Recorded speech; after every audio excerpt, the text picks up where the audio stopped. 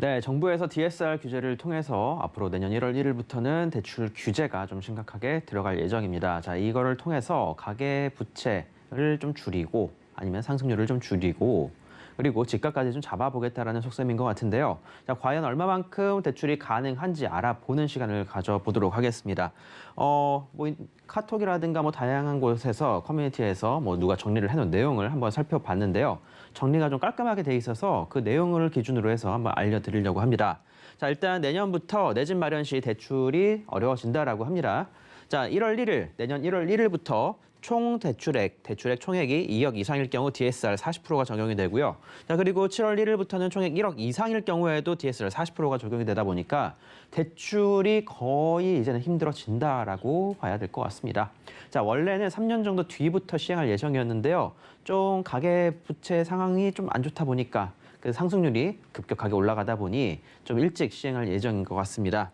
자, DSR 지금 계속 이야기를 하고 있는데 이게 뭐냐? 자, 바로 총부채 원리금 상환 비율입니다. 자, DTI는 예전부터 많이 들어보셨을 겁니다. 총부채 상환 비율이라고 해서 자, 조금은 더 상위 개념으로 내다보시면 좋을 것 같은데 자, DSR 같은 경우에는 이 원리금입니다. 원금과 이자까지 포함을 하다 보니 조금 더 DSR을 규제를 할 경우에는 더 빡빡하게 이루어진다, 대출이 힘들어진다라고 그냥 간단히 생각을 해보시면 좋을 것 같습니다. 자, 그러면 DSR 규제를 할 경우에는 자, 바로 연봉에 따라서 과연 얼마만큼 대출이 가능한지 한번 알아보도록 할 텐데요.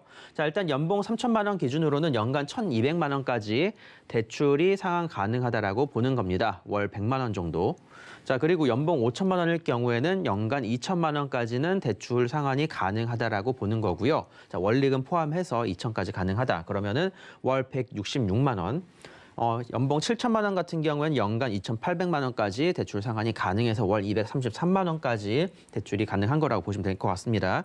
자, 이렇게 상환이 가능하다. 그러면 이제 연봉 1억입니다. 1억 기준으로 살펴보시는 게 가장 편할 텐데, 자, 연간 4천만 원까지 대출 상환이 가능하다라고 보는 겁니다. 원금과 이자 포함해서 월 333만 원을 상환이 가능하다라고 판단을 하고 이 안에서 대출이 이루어진다라고 보시면 되겠는데요. 자, 그러면 주택담보대출 30년 기준으로 이율 3.5% 원리금 균등 상환일 경우에 과연 대출이 얼마만큼 진행이 될 수 있느냐? 연봉 3천 같은 경우는 2억 2천까지 최대 대출이 가능하고요. 연봉 5천 같은 경우는 3억 7천까지. 자, 그리고 연봉 7천 같은 경우는 5억 1천까지 대출이 가능합니다. 자, 그리고 연봉 1억 같은 경우에는 7억 4천까지 대출이 가능한데 자, 지금 여기서 보시면 이 금액이 많아 보일 수도 있습니다. 자, 하지만 서울 내에 있는 부동산들이나 아파트 가격대들이 지금 얼마만큼 올라가는지 다들 잘 아실 것 같습니다. 이미 중위 가격은 9억이 훌쩍 넘어갔고요. 중위 가격 자체가 거의 10억이 넘어가는 상황이다 보니 아파트 하나 살려고 그러면은 대출 하나 받아가지고 이 정도 대출 받아가지고는 사실 내 돈 자체가 굉장히 많이 들어가게 되는 겁니다. 자, 조그마한 집 하나를 산다 하더라도 내 돈이 60에서 거의 70% 예전 같았으면 사실 대출 40% 정도 받아가지고 60%만 있었으면 됐었지만 그거보다 더 많이 줄었다라고 말씀을 드려야 될 것 같습니다. 특히나 이런 직장인들, 연봉을 받는 직장인들 같은 경우는 그 타격이 더욱더 커질 것으로 예상이 되고요. 사업자들 같은 경우에도 사업자 대출이 좀 줄어들 것으로 예상이 되고 빠져나갈 구멍이 생기진 않을까 싶긴 한데요. 그래도 여전히 어려워지는 상황이라고 내다보시면 좋을 것 같습니다. 자, 그만큼 이제 월급 받는 직장인들 내 집 마련하기 더 어려워진다라고 생각을 해보시면 좋을 것 같은데요. 자, 기존에 어떠한 대출이 있더라도 담보대출의 한도는 또 줄어들게 됩니다. 총액을 기준으로 해서 살펴보게 되는 거다 보니까 자, 신용대출이든 카드론이든 어떤 거든 있을 경우에는 그 대출은 더욱더 줄어들 수밖에 없다. 특히나 카드론과 같이 원리금 상황이 큰 경우에는 더 많이 줄어들 수밖에 없는데요. 자, 카드론이 있고 어설프게 대출이 있을 경우에 담보대출 같은 경우에도 1억 이상이 줄어들 확률이 높다라고 살펴보시는 게 맞을 것 같습니다.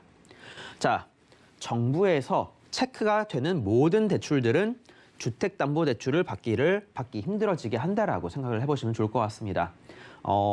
최근 들어서 증권사 아니면은 보험사 대출도 상당히 많이들 받고 계신데요. 자, 이런 약관 대출 역시 이거의 규제 대상이 된다라고 생각을 해보시면 좋을 것 같습니다. 자, 그렇게 된다라면 정부에서 원하는 그림은 어느 정도 예상이 되고 있습니다. 정부에서 가계부채 총액은 수치상 줄어들거나 아니면 상승 그래프가 조금 더 완만해질 수는 있겠습니다. 자, 그렇게 된다면 성공적인 정책으로 보일 수가 있겠죠. 자, 그래프가 이쁘게 그려지고 이번 정권에서 성공적인 정책으로 이름을 날릴 수가 있게 될 것 같은데 자, 개인적으로 걱정이 되는 부분은 이겁니다. 자, 음지에 불법 사설 채무가 더 늘어나서 피해자가 발생되지 않을까 걱정이 됩니다. 자, 사설 채무, 사채입니다. 불법 사채가 횡행해지게 된다면 오히려 더 피해를 많이 보게 되지 않을까라는 좀 걱정을 갖고 있고요. 자, 개인 간의 사금융이기 때문에 정부의 책임은 아니게 되겠죠. 자, 그런 만큼 책임질 수 있는 범위 내에서 모든 대출들은 이루어져야 되지만 개인적으로는 이런 불법들이 횡행하지 않을까 크게 걱정을 하고 있습니다. 자, 그렇다면 대출 규제가 들어가서 이 집값은 과연 어떻게 변화가 될지 한번 예상을 해보도록 하겠는데요. 자, 거래량이 줄어들면서 거래 절벽 현상에 따라 바로 상승은 일부 둔화가 될 수 있을 거라고 판단은 듭니다. 자, 상승도 조금 더 완만해지고 한동안은 좀 보합세를 유지하지 않을까 싶은데요.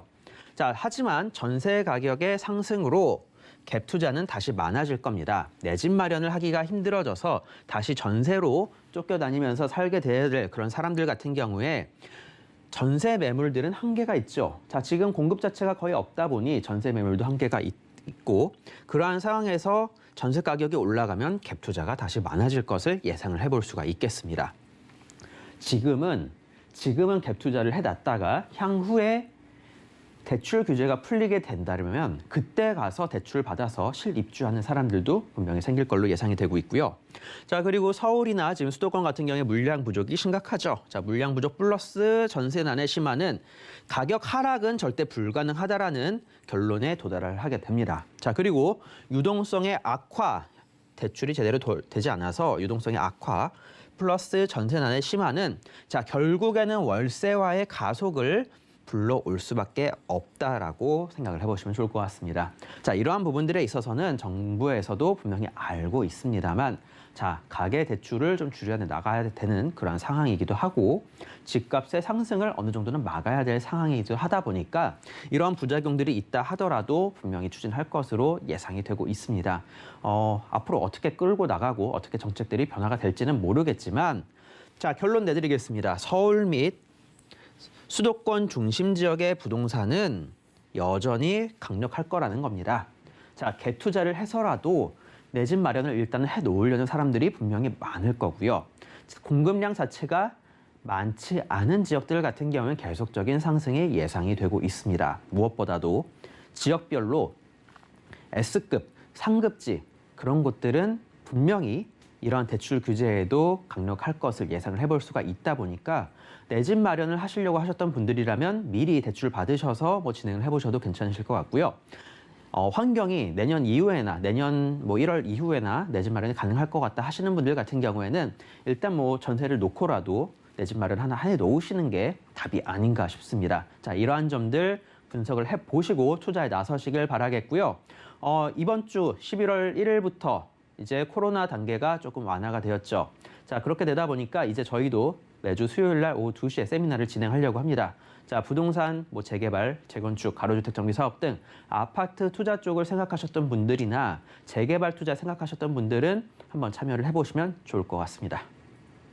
네, 잘 들었습니다. 갈수록 강력해지는 대출 규제에 이 무주택자가 내 집 마련할 수 있는 방안, 전략들 또 함께 해보시면 좋을 것 같고요.